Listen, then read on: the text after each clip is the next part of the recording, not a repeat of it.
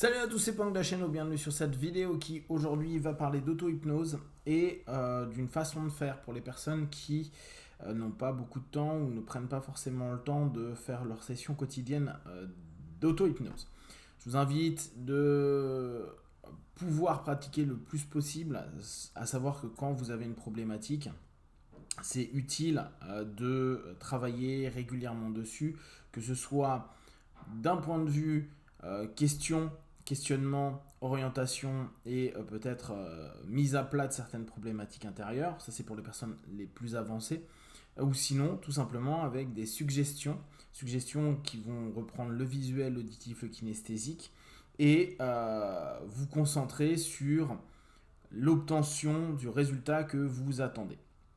La plupart du temps, on conseille de faire 1 à 3 fois des sessions d'hypnose entre 5 minutes et un quart d'heure. Je vous invite, si vous trouvez le temps, de le faire entre 5 et 10 minutes.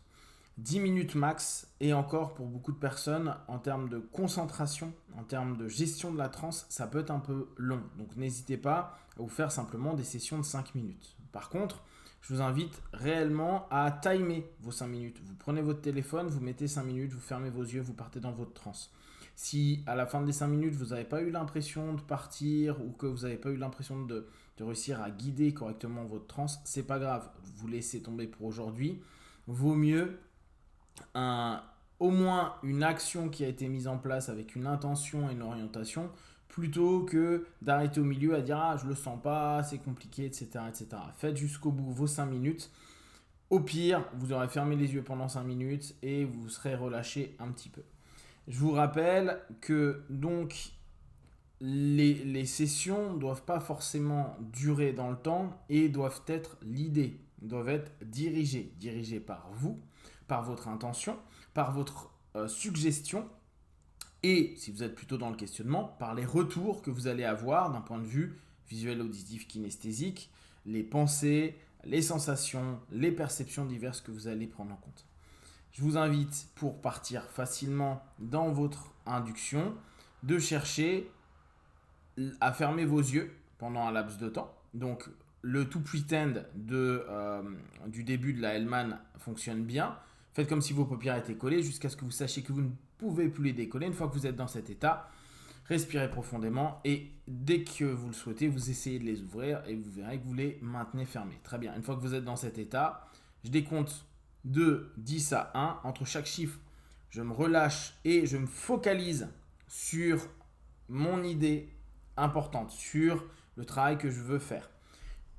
Une fois de plus, il est utile de travailler un laps de temps sur nos problématiques. Si vous trouvez d'autres problématiques qui viennent pendant que vous bossez votre cheminement actuel, en ouvrant les yeux, vous notez sur un papier. Donc, ayez toujours à côté de vous un petit papier, comme ça vous notez des points qui pourront être utiles ultérieurement. N'hésitez pas à faire 1 semaine, 15 jours, 3 semaines sur un thème. Je sais que beaucoup de personnes, surtout quand ils commencent à avoir des feedbacks intéressants, veulent faire tout en même temps. Je vous invite à vraiment prendre du temps là-dessus et vaut mieux travailler point par point, étape par étape. Et bien sûr que vous allez avoir d'autres orientations, bien sûr que votre subconscient va vous donner d'autres notions. Notez-les, travaillez-les ultérieurement. Dans l'idée, donc je vous rappelle qu'il va être utile d'avoir une sélection d'informations. La transe va nous permettre de stabiliser notre focalisation sur un élément qui est sélectionné. C'est une étape importante. Sélectionnez ce que vous voulez précisément. Ne commencez pas à aller dans justement quelque chose qui va être un petit peu clair, on va dire brumeux à ce moment-là. Allez vers quelque chose qui vous semble logique, clair, ce que vous attendez et travaillez sur 1, 2, 3 maximum suggestions. Vous pouvez les répéter en boucle, mais ce n'est pas forcément d'aller très vite dans le travail de suggestion. Je vous rappelle, vous donc sélectionnez le thème, les suggestions, vous focalisez dessus.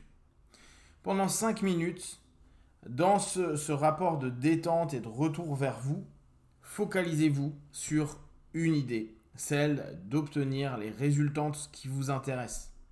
Pas sur autre chose. Ne vous énervez pas s'il y a d'autres idées qui vous viennent en tête. Ne vous énervez pas si vous avez l'impression que parfois vous n'arrivez pas à vous focaliser. Votre seul job, c'est de ramener votre conscience vers ce que vous souhaitez et vous répétez vos suggestions.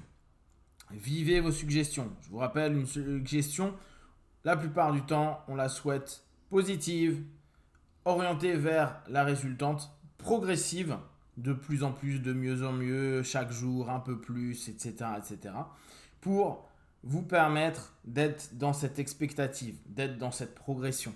Ce n'est pas, à partir d'aujourd'hui, je n'ai plus ceci, ou à partir d'aujourd'hui, je suis comme cela. Non, c'est petit à petit, je deviens de plus en plus de cette façon-là, et donc je m'autorise, je me permets, blablabla. Votre suggestion, elle n'a pas besoin de durer 10 heures. Si vous allez la répéter souvent et beaucoup à l'intérieur de vous, vaut mieux que ce soit assez simple. Ce qu'on a constaté la plupart du temps quand on bosse beaucoup en auto-hypnose, c'est que il arrive qu'au bout d'un certain temps, on est pris par l'état et on est moins dans la suggestion. Or, on exploite un état pour développer et faire briller une suggestion. C'est pas l'inverse. C'est pas la suggestion qui va développer l'état. L'état doit nous être utilisationnel à ce moment-là.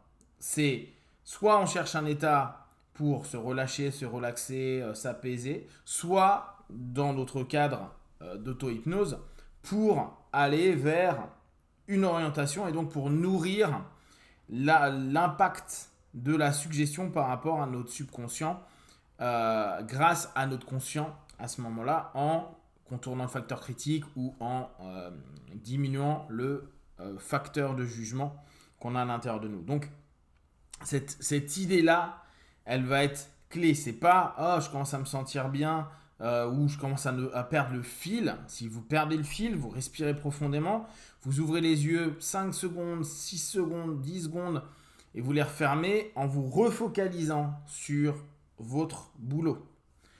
Ce travail de focalisation, il est clé en hypnose. Ce qui nous intéresse, c'est d'avoir un état qui nous permet de nous focaliser sur un ensemble d'idées sélectionnées pour devenir plus suggestible, voire hyper suggestible, et donc recevoir le retour demandé par cette suggestion. Si au bout de 2, 3, 4 jours, une semaine, 2 semaines, bon 2-3 jours c'est un peu trop court, on va dire une semaine ou 10 jours, vous n'avez pas de feedback intéressant, interrogez-vous sur comment vous pourriez modifier votre suggestion. Peut-être qu'elle est trop... elle n'est pas réaliste. Hein, je vous rappelle, très basique, un objectif se doit d'être précis, réaliste, écologique, mesurable. Peut-être qu'elle n'est pas du tout réaliste. Peut-être qu'elle est, c'est juste impossible de voir que vous progressez dessus. Donc vous dites, j'ai pas l'impression que ça avance pas, mais vu que vous n'avez pas vécu à nouveau la situation qui vous permet de mesurer, et c'est utile que vous puissiez avoir des retours. Moi, j'aime bien me dire, si au bout d'une semaine, j'ai rien du tout, ça veut dire que je n'ai pas orienté correctement, que je suis à côté de la plaque. Je vise quelque chose et en fait, je tire à côté. Ce qui n'est absolument pas utile. Mais il m'a peut-être fallu ce temps-là. Et c'est là où je reprends mes notes. Ok, j'ai eu telle idée qui sont venues.